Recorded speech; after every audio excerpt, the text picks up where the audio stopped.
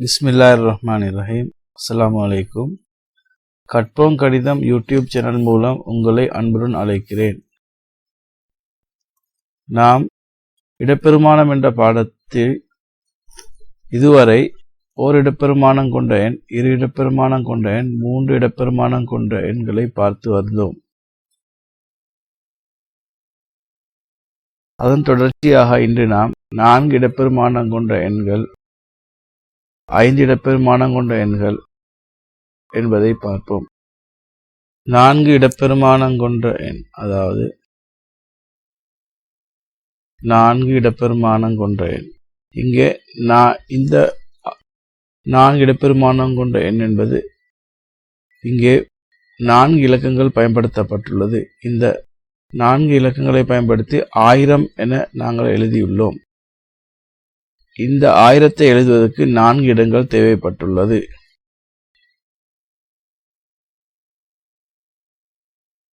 வலது பக்கத்தில் அமைந்துள்ள 0 ஒன்றின் இடத்திலும்,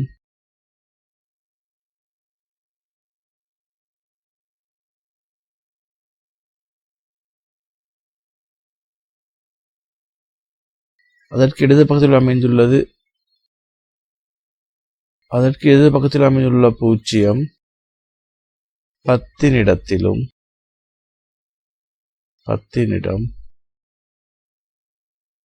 அதற்கு இடது பக்கத்தில் அமைந்துள்ள 0 100 இடத்திலும்,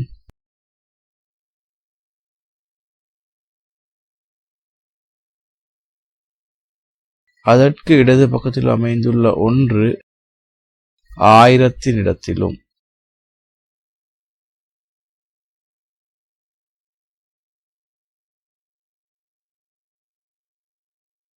இவ்வாறுதான் இந்த இடப்பெருமானங்கள் அமைகின்றது. அதாவது இங்கே ஒரு விடயத்தை நாங்கள் கவனிக்க வேண்டும். எந்த ஒரு எண்ணின், அதாவது ஒவ்வொரு இலக்கமும் அமையும் இடத்துக்குரிய இடப்பெருமானங்களின் ஒழுங்கு எப்பொழுதுமே வலமிருந்து இடமாக அமைகின்றது. இங்கே பாருங்கள், 1 10 100 1000 இவ்வாறு வலமிருந்து இடமாக அமைகின்றது. வலமிருந்து இடமாக. அதேபோல் ஓர் எண்ணின் ஓர் இலக்கத்தின் இடது பக்கத்தில் உள்ள இலக்கத்தின் இடப்பெருமானம் அதன் வலது பக்கத்தில் உள்ள இலக்கத்தின் இடப்பெருமானத்தை போல 10 மடங்காகும்.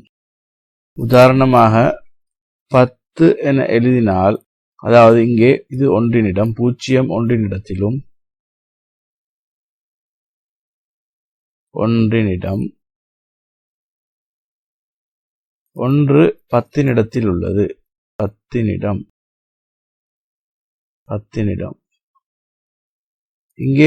இங்கே வலது பக்கத்தில் அமைந்துள்ள 0ஐ விட இந்த இடது பக்கத்தில் உள்ள 1 10 மடங்கு பெரியது, அதாவது 10 இடத்தில் உள்ளது. எனவே இந்த 0 ஒன்றின் இடத்தில் உள்ளது, அதற்கு இடது பக்கத்தில் உள்ள 1 10 இடத்தில் உள்ளது. எனவே இது 10 மடங்கில் பெரியது. இப்பொழுது நாம் ஒவ்வொரு இடப்பெருமானம் கொண்ட எண்களையும் எழுதுவோம். முதலாவதாக ஓர் இடப்பெருமானம் கொண்ட எண், அதாவது 1ஐ எழுதுகிறேன். 2 இடப்பெருமானம் கொண்ட எண், அதாவது 10. 3 இடப்பெருமானம் கொண்ட எண் 100. 4 இடப்பெருமானம் கொண்ட எண் 1000. 5 இடப்பெருமானம் கொண்ட எண் 10,000. 1 அமைந்துள்ளது, இங்கே 1 என்பது ஓர் இடப்பெருமானம் கொண்ட எண். 1 அமைந்துள்ளது ஒன்றினிடம். 10 என்பது 2 இடப்பெருமானம் கொண்ட எண். அதில் அந்த 10இல் 0 என்பது ஒன்றினிடத்திலும், 1 என்பது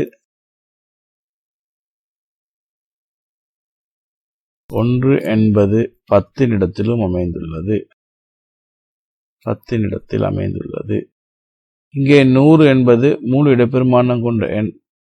அதன் 0 வலது பக்கத்தில் உள்ள 0 ஒன்றினிடத்திலும், அதற்கு இடது பக்கத்தில் உள்ள 0 10 இடத்திலும், அதற்கு இடது பக்கத்தில் உள்ள 1 100 இடத்திலும் அமைந்துள்ளது. 100 இடம்.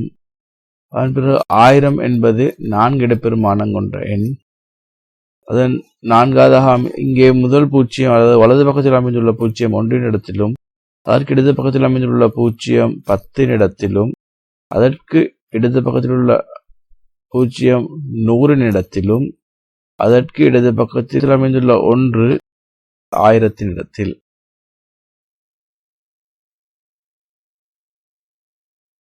ஆயிரத்தினிடம். அதேபோல் இங்கே 10,000 என்பது 10,000 அதாவது முதல் 0 வலது பக்கத்தில் அமைந்துள்ள 0 1 இடத்திலும், அதற்கு இடது பக்கத்தில் அமைந்துள்ள 0 10 இடத்திலும், அதற்கு இடது பக்கத்தில் அமைந்துள்ள 0 100 இடத்திலும், அதற்கு இடது பக்கத்தில் அமைந்துள்ள 0 1000 இடத்திலும், அதற்கு இடது பக்கத்தில் அமைந்துள்ள 1 இங்கே 10,000 இடத்தில் அமைந்துள்ளது. 10,000 இடத்தில் அமைந்துள்ளது.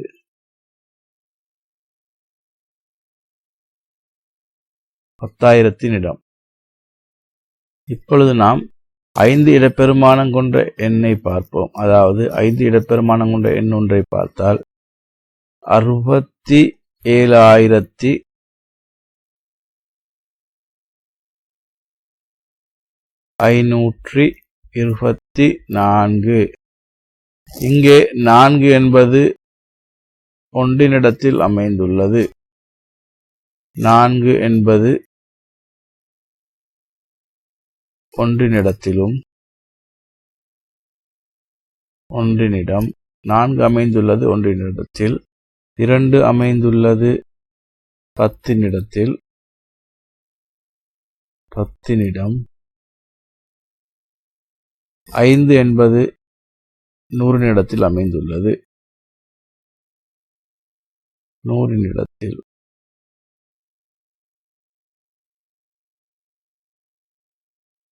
7 என்பது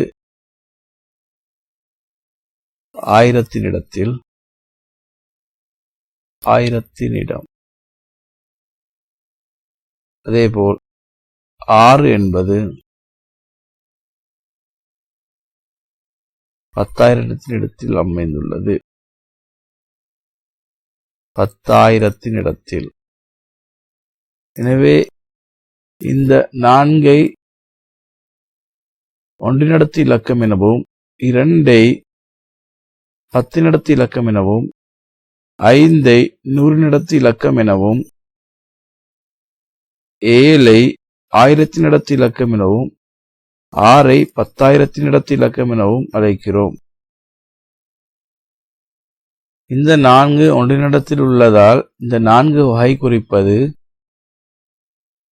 4 ஒன்றுகள்.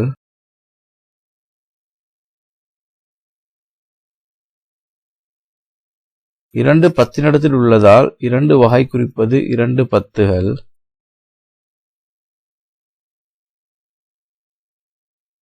5 100 உள்ளதால் 5 வகை குறிப்பது 5 100கள்.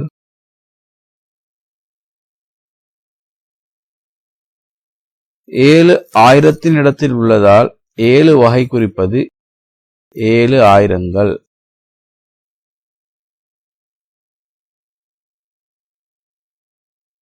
6 அமைந்துள்ளது 10,000 இடம் என்பதால் 6 வகை குறிப்பது 6 10,000கள். அதாவது 6 10,000 என்பது 60,000. எனவே இவ்வெண்ணை வாசிப்பது என்பது 6 10,000 என்பது 67 ஆயிரங்கள். 67,500 500கள். 500